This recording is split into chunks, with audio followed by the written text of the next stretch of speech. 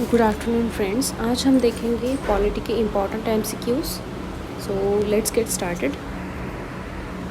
First question is, in which of the following acts the provision was made for the establishment of supreme Court at Calcutta. UPPCS mains 2010 में आया था ये।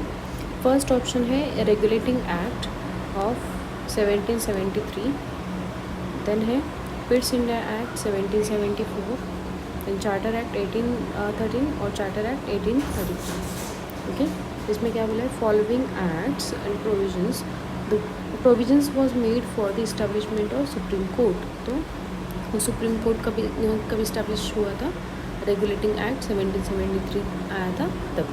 Okay, next question, by which one of the following acts was the federal court in India created. Okay, so option है Indian council act 1861, government of India act 1909, India government of India act 1919 and government of India act 1935। तो इसका सही answer है government of India act 1935। Next question, which act of British parliament abolished the East India company monopoly over trade in India. Uttarakhand PCS 2016 में आया था ये। First option is regulating act, Pitt's India act, then charter act of 1813 and none of the above. तो ये कब हुआ था, charter act 1813 में। Okay, next question, by which of the following act legislative council of India receive the power to discuss the budget. Okay, तो budget पे discuss करने का मौका कब मिला था, ऑप्शंस देखते हैं। इंडियन काउंसिल एक्ट 1861, इसमें तो नहीं हुआ था। Indian council act 1892, Indian council act 1909, Indian council act 1919।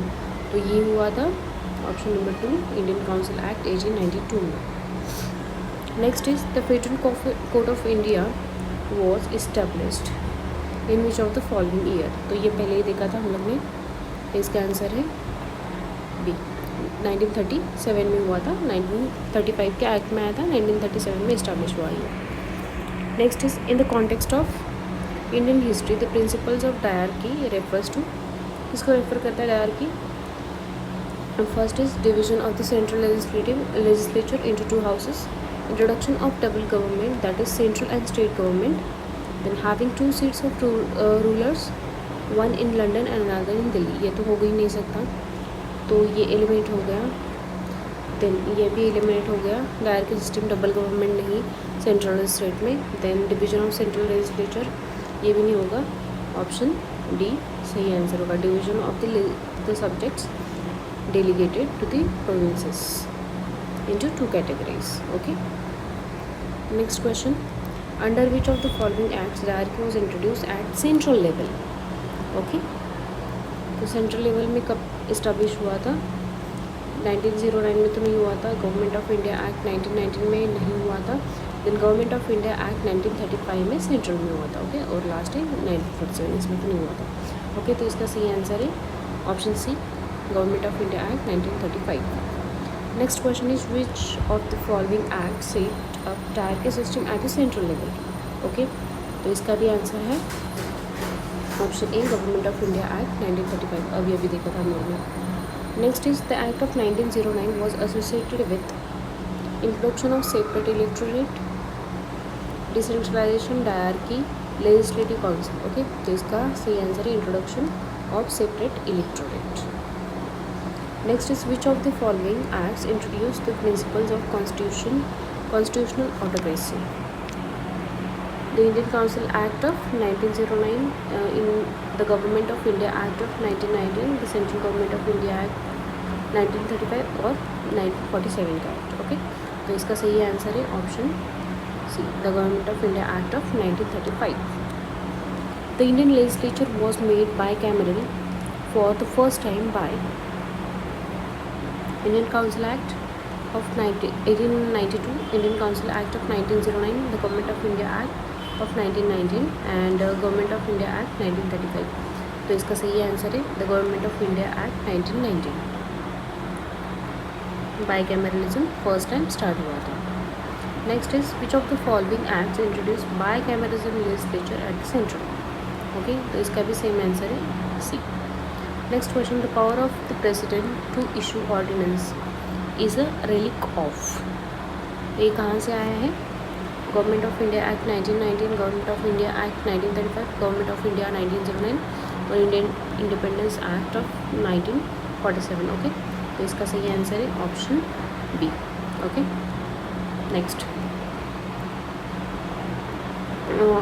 which act for the first time made it possible for the Indians to take some share in the administration of their country?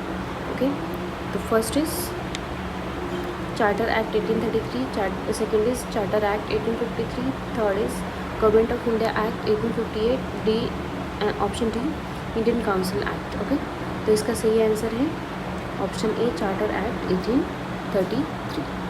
Okay, next, the distribution of power between center and states as in the Constitution of India is based on which of the following plans? ISP 2012 में आया था ये question. First option is Morley Minto reform 1909, second is Montagu Chelmsford reform, third is government of India act 1935, fourth is Indian independence act 1947। Okay, तो इसका सही answer है option C government of India act 1935। Next question, federal system and hierarchy at the center was introduced by in India by option A the Act of 1909, 1919, 1935 and none of the above. Okay, so इसका answer सही answer है the act of 1935, जिसमें dyarchy और federal system centre में introduce की गई थी। Next is the provision for the establishment of all India federation was included in the options है government of India act 1935, August offer government of India act 1919 and fourth option is cabinet mission proposal 1946। Okay, तो इसका सही answer है 17 का ए government of India act 1935, जिसमें all India federation include किया गया था। Which of one of the following acts provided for the federal polity in India? Okay, federal polity किसने प्रोवाइड किया था? Government of India act 1909, 1919 second option, third option is 1935 and fourth option is 1947। तो इसका सही answer है C government of India act 1935। Next question, in the federation established under the act of 1935 residuary powers were given to the, किसको दी गई थी residuary powers? तो federal legislature को दी थी, option B provisional legislature, option C governor general and option D provincial general. तो इसका सही आंसर है governor general. Okay, next question, which one of the following is not an important and permanent constituent in the constitutional history of India as adopted in the Government of India Act 1935? Okay, इसके options है option A written constitution for the country, option B elected representation responsible to the legislature, option C investigation a scheme of federation and option D nomination of official members of the legislature. Okay, तो इसका सही answer है option A written constitution for the country. Okay, next,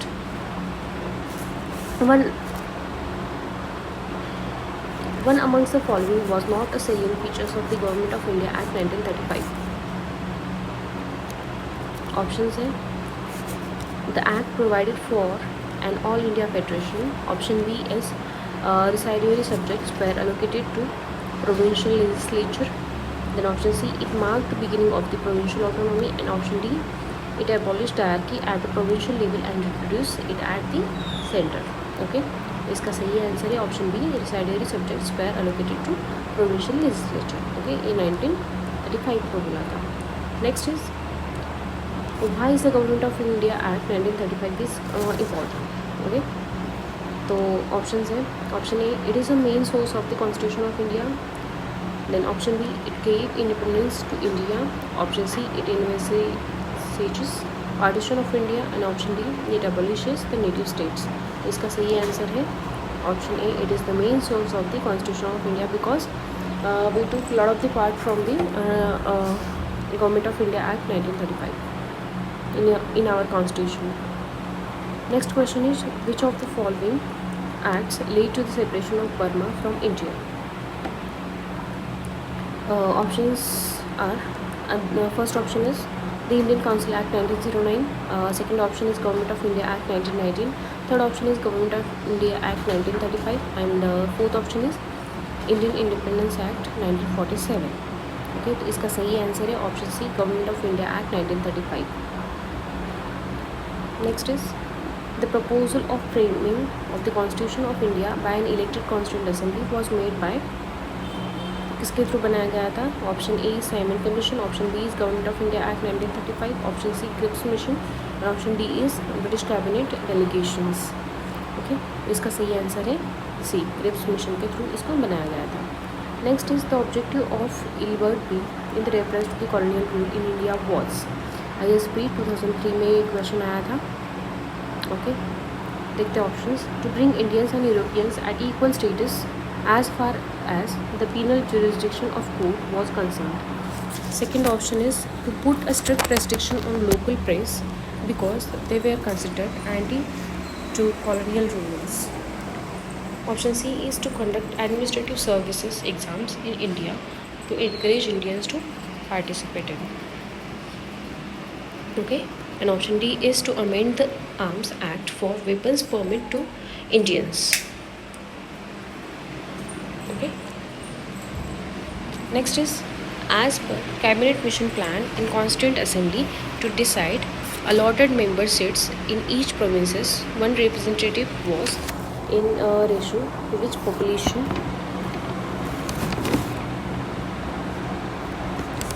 Okay, options are option A is 8 lakh, option B is 10 lakh, option C is 12 lakh, and option D is 15 lakh. तो इसका option सही है option B 10 lakh.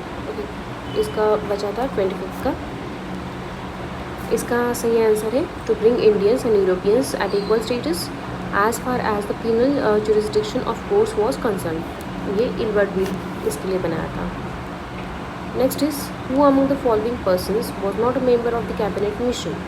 Okay, तो इसमें कौन कौन है? William Wood, Pethick Lawrence, Stafford Cripps and A.B. Alexander. Okay, तो सबको पता है विलियम वुड ये नहीं था उसमें. ठीक है, तो ऑप्शन ए गलत होगा. Next is Indian constitution assembly was established under.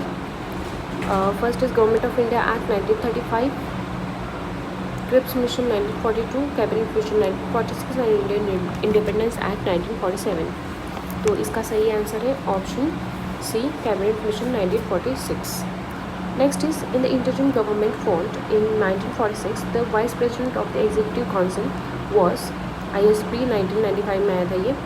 Option A is Jawaharlal Nehru, option B is doctor S Radhakrishnan, option C Rajagopalachari, and option D doctor Rajendra Prasad. इसका सही आंसर है option A, Jawaharlal Nehru. Okay, next,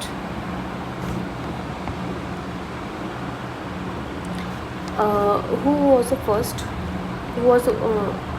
of the following was not a member of the interim national government formed in August 1946 AD. Okay, UPPCS means 2010 में आता है question. Options हैं, option A is C Rajagopalachari, option B is doctor Rajendra Prasad, option C is doctor S Radhakrishnan, option D Jagjivan Ram. Okay, तो इसका सही answer है option सी. इसका सही आंसर है option C S Radhakrishnan. Okay, so thank you friends. इसके बाद भी ये सीरीज़ चलती रहेगी.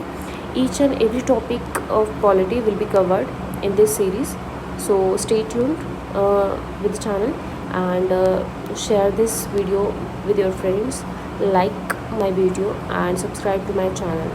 Thank you and visit again.